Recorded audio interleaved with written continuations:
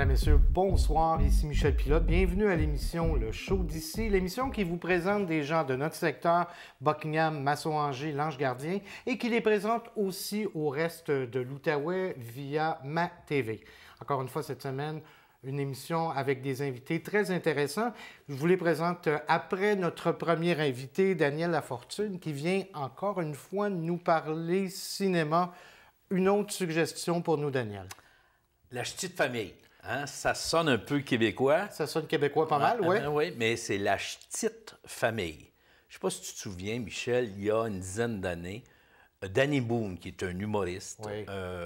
qui est venu présenter son spectacle à Montréal il y a à peu près 3 semaines, Danny Boone avait créé, présenté Bienvenue chez les Ch'tis. Chez les Ch'tis, oui. C'est le film qui a fait couler le plus de dollars, en fait, d'euros, pour les Français. Alors, on serait attendu, est-ce qu'il y ait une suite? Eh bien, ça a pris 10 ans avec Danny Boone pondre quelque chose de semblable, mais de différent en même temps. Alors, son personnage à l'époque, qui avait une couleur très locale du nord de la France, hein, la Picardie, la ville de Boulogne-sur-Mer, Dunkerque, près de l'Angleterre, là, mais il y a le canal. Eh bien, voilà, il revient, il récidive, mais là, son personnage est différent. C'est Valentin, qui est un architecte des meubles, du design. Et il est chez lui à Paris, mais il vit avec...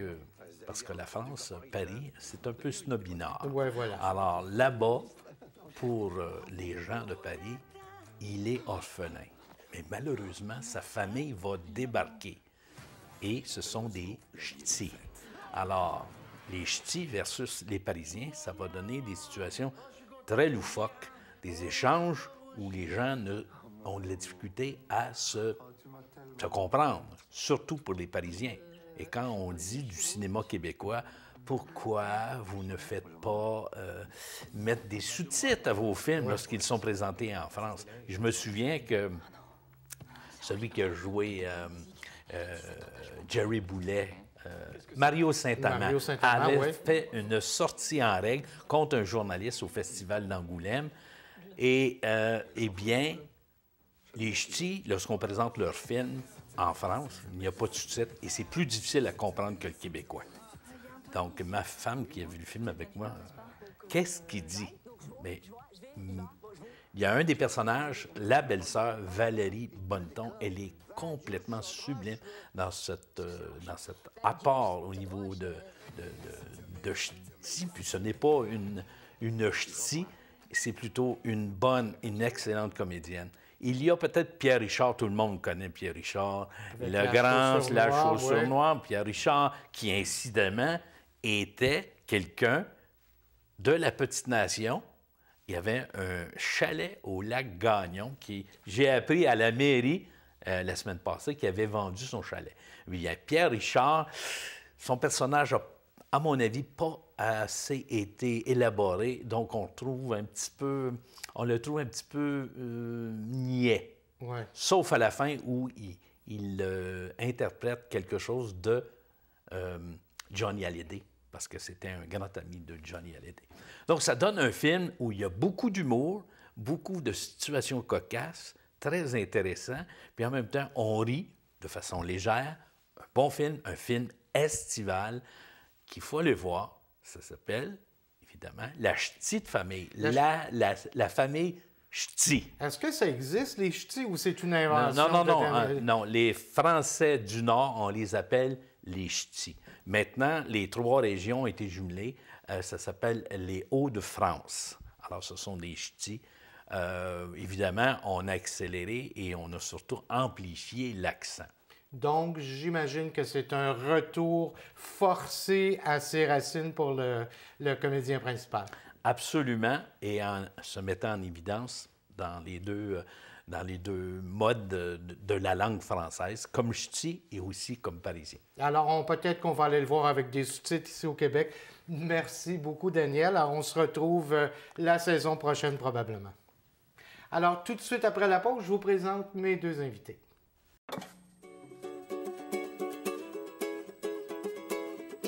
Ce moment de télé vous est présenté par la municipalité de Lange-Gardien qui vous souhaite un bon visionnement. Les gens du secteur de Buckingham, de Masson-Angers, de Lange-Gardien, mais aussi de toute la petite nation, reçoivent depuis le mois de novembre dernier un nouveau journal, le Journal des Deux-Vallées, un journal qui est distribué là, gratuitement dans toutes les boîtes aux lettres du comté. Et j'ai le plaisir de recevoir les deux instigateurs de ce nouveau journal-là, Isabelle Millette et Yann Proulx. D'abord, je veux prendre le temps de vous remercier d'avoir accepté de venir jaser un peu de vous autres, un petit peu du journal, mais surtout d'Isabelle et Yann dans nos studios.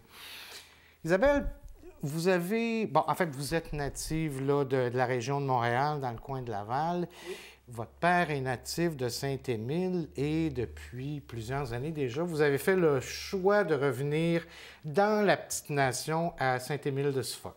Effectivement, en achetant une ferme dans le rang Sainte-Julie à Saint-André-à-Blain. Donc, vous avez fait les 1001 métiers. Vous me disiez que vous êtes native d'une famille d'entrepreneurs. Oui, effectivement. Alors, on parle de tourisme, on parle de publicité. Si on faisait un petit peu, là, rapidement, un topo. Un petit topo d'Isabelle Millette. Bien entendu, travaille beaucoup au service à la clientèle depuis que j'ai l'âge de 14 ans. Hein. On a tout le temps notre petit emploi qu'on commence en tant qu'ado. Ensuite de ça, ça m'a amené vers l'hôtellerie. Et par rapport à un changement de carrière, à un moment donné, c'est là que je me suis dirigée pour m'en aller en tant que conseillère en représentation de certains médias, en terminant avec la radio, 10 ans chez Astral Media. Et Yann Proulx, vous, on vous a vu, on vous a lu beaucoup dans les années passées, là, dans le bulletin, entre autres, Petite Nation et tout ça. Vous faites le choix de travailler dans le monde des médias. Qu'est-ce qui vous a amené à choisir ce métier-là, si on veut? C'est un secteur qui m'a toujours attiré. J'ai commencé, anecdote, en 6e année, j'avais mon petit journal, donc j'imprimais mon journal, j'emmenais ça au niveau scolaire. Après ça, au secondaire, j'étais rédacteur en chef à mon école secondaire du journal scolaire. À Nicolas-Gatineau. À Nicolas-Gatineau, oui, à Nicolas-Gatineau. Et après ça, j'ai fait mes études en journaliste à la Cité collégiale. Et à 19 ans, j'ai commencé comme journaliste à La Petite Nation. Donc, à 19 ans, j'arrive dans une nouvelle région, tout ça, de devenir journaliste dans une région, quand même, la Petite Nation, qui est, au niveau de l'information, c'est important. Les journaux ont toujours été importants localement. Donc, c'est là que j'ai appris mon métier là, à l'âge de 19 ans. Là. Vous me disiez tantôt que oui, vous avez étudié à la Cité collégiale, vous avez étudié en médias, donc vous avez fait un petit peu de télé, vous avez touché à la télé et rapidement, vous vous êtes aperçu que c'est pas un médium qui vous intéressait particulièrement. Non, j'aime mieux être en arrière d'une plume, informer les gens. C'était une passion toute ma vie, ça, d'informer les gens. Donc, autant j'ai fait journalisme, après ça, en vente et direction des ventes aussi à travers l'Outaouais.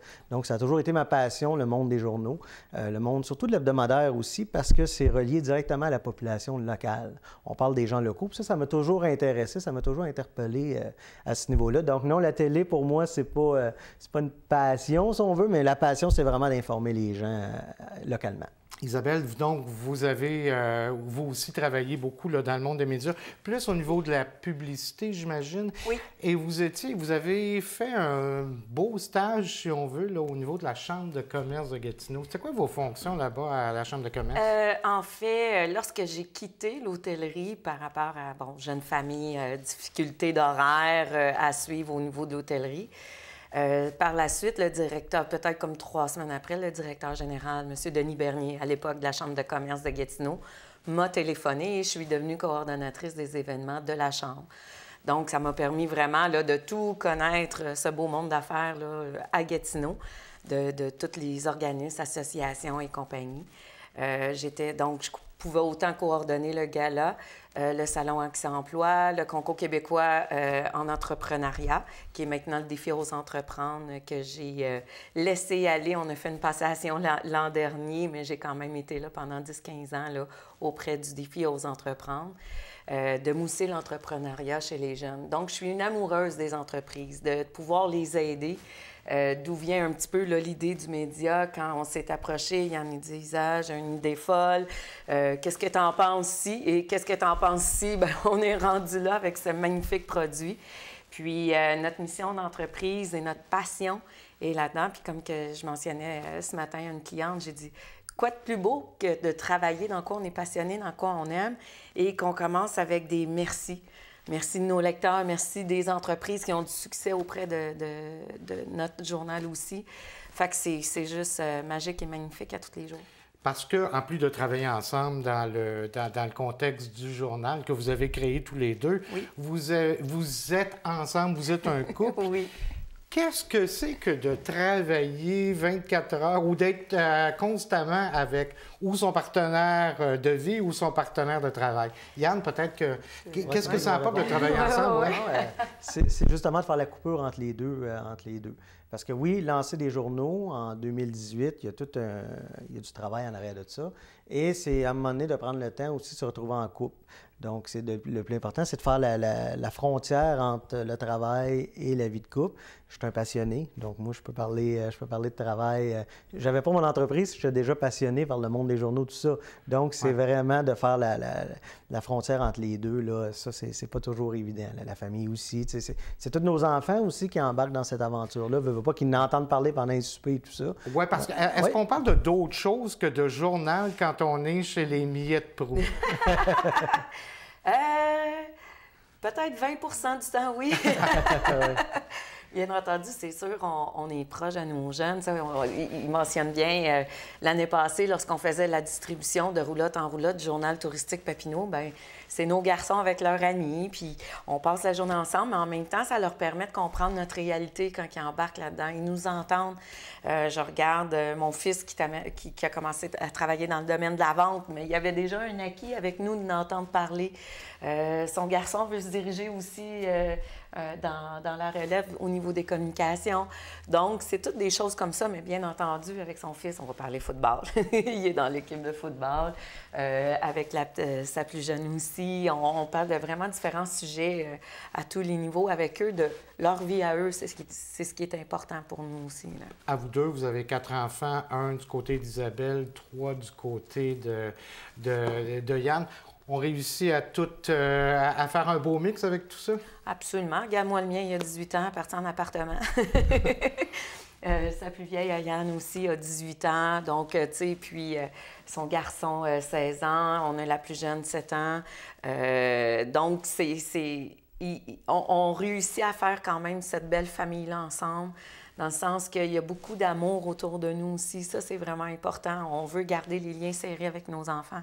Puis c'est là-dessus qu'on travaille très fort. Les enfants sont habitués aussi, tu sais, ça fait 21 ans là, que je suis dans l'univers des médias, donc ils sont habitués aussi de m'entendre parler de tout ça. Mais on est un petit peu plus passionnés quand c'est notre produit, quand c'est notre bébé aussi. Donc, ils n'entendent un petit peu plus parler là, à la maison, mais on essaie de trouver le juste milieu dans tout ça. Là. Quand on regarde l'évolution de votre journal, je me rappelle de la première édition qui était, vous l'avez mentionné tantôt, une édition touristique qui n'était pas distribuée à travers les boîtes aux lettres. Quand on regarde aujourd'hui le contenu de ce journal-là qu'on a reçu, là, en fait, cette semaine même, ou la semaine dernière, c'est complet. Les premières éditions, on voyait Yann Proulx dans à peu près tous les articles. Maintenant, vous avez été en mesure d'avoir des nouveaux journalistes qui travaillent avec vous. Comme toute nouvelle entreprise, tu sais, au départ, les entrepreneurs, puis on les rencontre tous, ces entrepreneurs-là aussi, on se reconnaît là, avec nos clients. Tu essaies de faire le plus possible parce que, naturellement, c'est un lancement d'entreprise, tout ça. On s'est rendu compte qu'il fallait embaucher des gens, s'entourer de gens d'expérience. Et ça tombe bien, on a réussi à quand même embaucher des gens d'expérience, des graphistes qui ont beaucoup d'années d'expérience dans les journaux, un journaliste qui a une dizaine d'années d'expérience aussi dans les journaux, et Mathieu Daou aussi qui rit pour nous, l'animateur ici à la TVC. Donc, c'est des gens d'expérience. Ça paraît pas, mais on est une équipe environ de 65 années d'expérience dans le monde des journaux. Donc ça, c'est important pour nous de s'entourer de ces gens-là. Et c'est ça qui nous permet aussi d'offrir un produit assez complet là, au niveau rédactionnel, au niveau... le look aussi du journal est important pour nous à ce niveau-là. Alors que de plus en plus, on dit que la version papier des journaux est appelé à disparaître, on a vraiment le sentiment que dans votre cas, c'est pas vous visez vraiment là, de continuer la version papier parce qu'il y a quelque chose de magique à avoir cette version-là, à sentir l'encre et... Oui, et bien entendu aussi, c'est qu'on couvre quand même au niveau des autres, du média social, au niveau avec Facebook. On a également le journal sur notre site Web. Donc, on va vraiment chercher une triple visibilité. Est-ce qu'on prépare le virage? Oui. Bien entendu, il faut suivre les tendances aussi des futures générations auprès de leur style de consommation, tout ça. Est-ce qu'on est quand même dans une région où est-ce que l'Internet est accessible à tous? Non. Donc, d'où vient l'importance d'avoir l'imprimé? Et, comme tu mentionnes aussi, il y a tout le temps le sentiment touché, que ce soit un livre. Il y en a qui vont aimer le lire sur leur iPad. Il y en a d'autres qui veulent encore aller à la bibliothèque chercher leur livre. Donc, est-ce que c'est appelé à disparaître demain matin? Non, pas du tout. Est-ce que, par contre, dans les futures années, bien, avec l'information qu'on a aujourd'hui, on dit que oui, mais par contre, dans combien de temps, on ne peut pas déterminer. C'est un média gratuit aussi. Hein? Exact. Donc, c'est plus les médias payants qui vivent beaucoup de difficultés en ce moment parce que les gens ont accès sur Internet à toute l'information nationale, internationale gratuitement. Nous, l'information locale, on pense que c'est encore... on pense pas, on le croit que ça a encore sa place. Et nous, c'est la distribution aussi. On s'assure avec Post Canada qu'on entre dans toutes les résidences du territoire et les commerces. Donc, chacune des personnes reçoit sa copie directement à la maison. Ça nous aide beaucoup. Les entreprises qui annoncent aussi, on avait 70 clients dans la dernière édition. Là. Donc, ils nous le disent.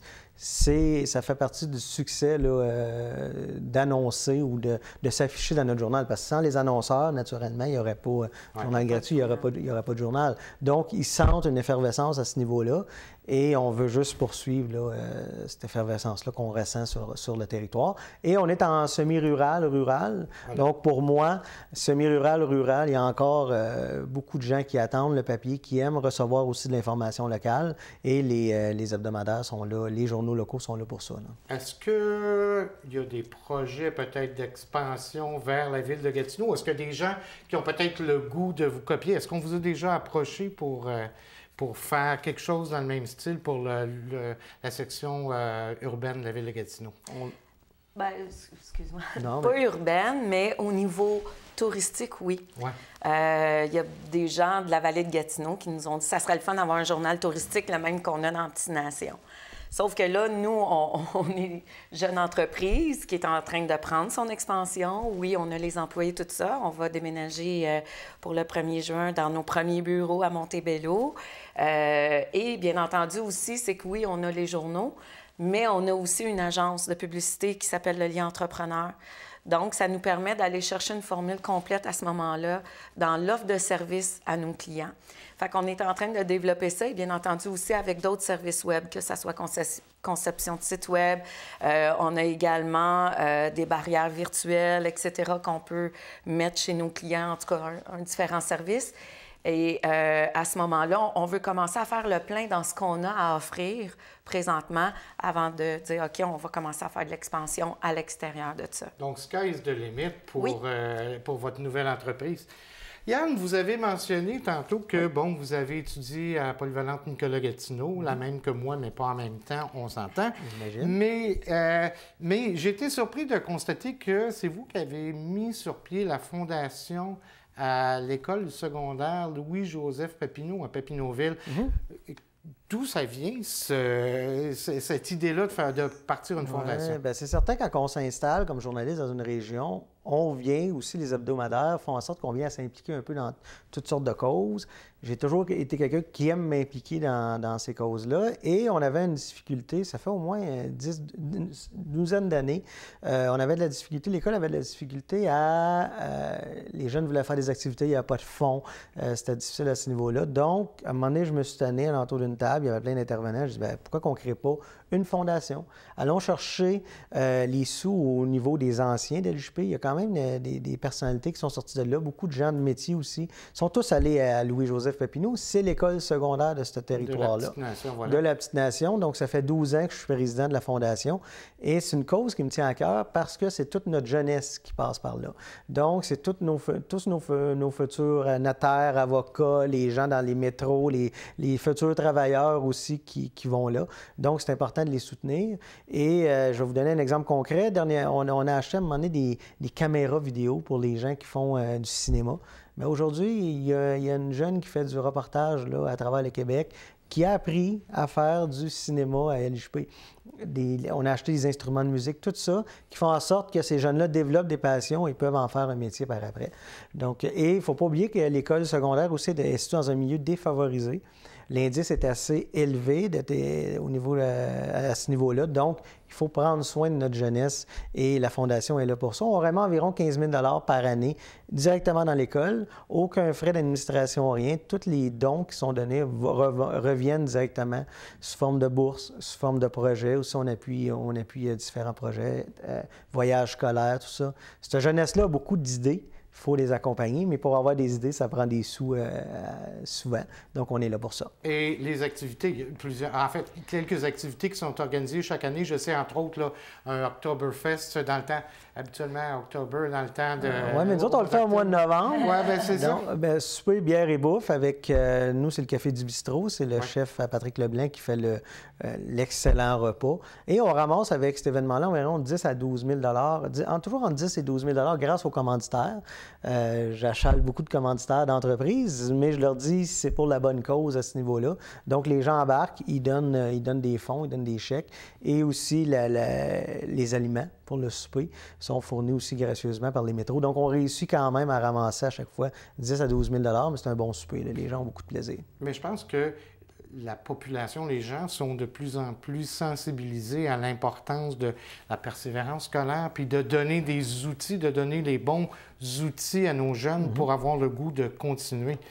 Je pense que c'est devenu quelque chose là, qui touche vraiment la population. Isabelle, vous êtes aussi impliquée au sein de la Fondation. J'accompagne. Par la bande, voilà. Absolument, tu sais, parce que je trouve ça tellement important. C'est notre relève. Puis une relève en santé ou qui reviennent, on en parle aussi dans notre édition du Journal économique, de voir que oui, des fois, ils peuvent avoir, il faut qu'il y ait du soutien, il faut les aider à ce moment-là. Et que ça soit autant au niveau des adultes. Un retour aux études, c'est pas tout le temps facile, mais le retour de ces gens-là aussi sur le marché du travail, bien, ça l'aide à générer l'économie locale. Donc, c'est vraiment important à ce moment-là. Et moi, c'est drôle parce que justement, il est en train d'étudier des cas, là, ils vont donner des bourses bientôt. Je dis, oh my God, tu sais, moi, ça vient me chercher tellement émotionnellement que je suis comme, wow, tous les projets, tout le monde devrait en avoir. C'est sûr qu'il faut faire une certaine sélection à un moment donné, mais c'est une excellente cause. C'est un peu ça aussi un journal local peut faire. C'est d'aider tous ces organismes-là aussi à se faire connaître.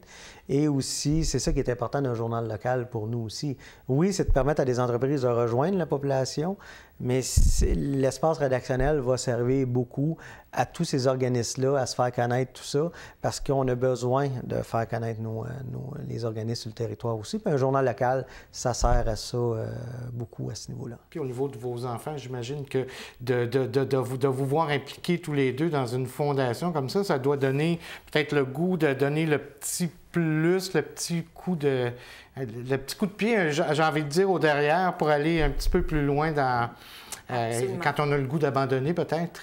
C'est ça. Oui, puis en même temps, moi, je me souviens, je veux dire, comme dans le domaine des médias, on nous demande d'être bénévole dans différentes associations, etc.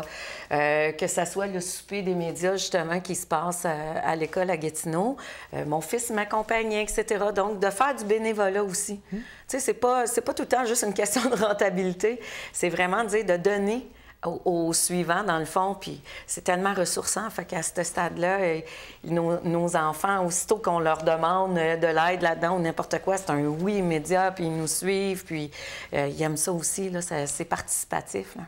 Ce que je trouve de très intéressant dans votre parcours à tous les deux, c'est que suite à... En fait, un revers en ce sens que, Yann, bon, vous travailliez à ce moment-là pour TC, vous avez été remercié parce que la conjoncture économique du temps a fait que, bon, et vous êtes retourné et, bon, bien, on se reprend en main, puis on va plus loin, puis on avance un petit peu plus loin. C'est peut-être le message qui est important de... C'est le message. Puis, tu sais, dans mon équipe, en ce moment, j'ai 2 infographistes qui ont travaillé, eux autres aussi, une trentaine d'années ensemble chez Transcontinental. qu'on est allé chercher. Puis j'ai un journaliste aussi qui a travaillé 10 ans pour Transcontinental que je suis allé chercher aussi. La conjoncture est là, c'est certain. Donc, oui, c'est un revers que j'ai connu, puis c'est un revers que ces gens-là aussi ont connu. Mais c'est bien, là. On bâtit en ce moment notre entreprise. C'est ce qui est intéressant à ce niveau-là. Donc oui, il y a des revers. Dans le monde des médias, il y a plein de monde comme moi qui ont... Ça faisait quand même 18 ans, presque 19 ans que j'étais là. Ça donne un dur coup. Sauf que j'ai eu Isabelle qui a décidé d'embarquer dans mes idées de fou, lancer un journal en 2018. Il faut être assez fou en affaires, mais on y croit. C'est un territoire qu'on connaît. C'est un territoire aussi, on connaît tous les gens d'affaires. Je connais aussi les particularités de la région. Donc, je ne m'en venais pas là, dans une région que je ne connaissais pas. Et je trouvais qu'il y avait une opportunité là de mettre en place une nouvelle source d'information pour la population locale. On s'est retroussé les manches et là, l'entreprise là, connaît du succès et de l'expansion en ce moment. La région de la Petite-Nation, en terminant, il nous reste peu de temps, mais la région de la Petite-Nation, de plus en plus est connue, de plus en plus est populaire. Et si on pouvait dire aux gens là, qui nous regardent partout en Outaouais, pourquoi il fait bon venir dans notre secteur la Lièvre, la Petite-Nation? Oh my God! Le paysage est magnifique. C'est ressourçant, c'est campagnard, les gens sont accueillants. Au niveau touristique, il y a une diversité énormément là, pour faire plein d'activités extérieures. Les sites de camping aussi sont super bien faits, beaucoup sont neufs aussi. Donc, moi, c'est ce que je pourrais dire. Tu sais, on est gâtés aussi au niveau de la CEPAC. Il y a le Parc national de Plaisance, la réserve faunique et le centre touristique du Lac-Simon dans une région... La MRC de Papineau, il y a 22 000 de population. Voilà. Donc, juste d'avoir ça dans une région, on est assez gâtés au niveau touristique. Là. Voilà. Bien, écoutez, merci à vous deux d'être venus nous rencontrer. Et bonne suite au Journal des Deux-Vallées. Quant à nous, bien, écoutez, je vous dis merci d'avoir été des nôtres. C'est la dernière émission pour la saison 2018 du show d'ici. Je ne sais pas si on se revoit l'année prochaine, je le souhaite de tout mon cœur, mais ce que j'ai envie de vous dire, c'est que ça m'a fait vraiment plaisir de vous retrouver. Je vous souhaite à vous tous un super bel été et à la prochaine. Merci beaucoup.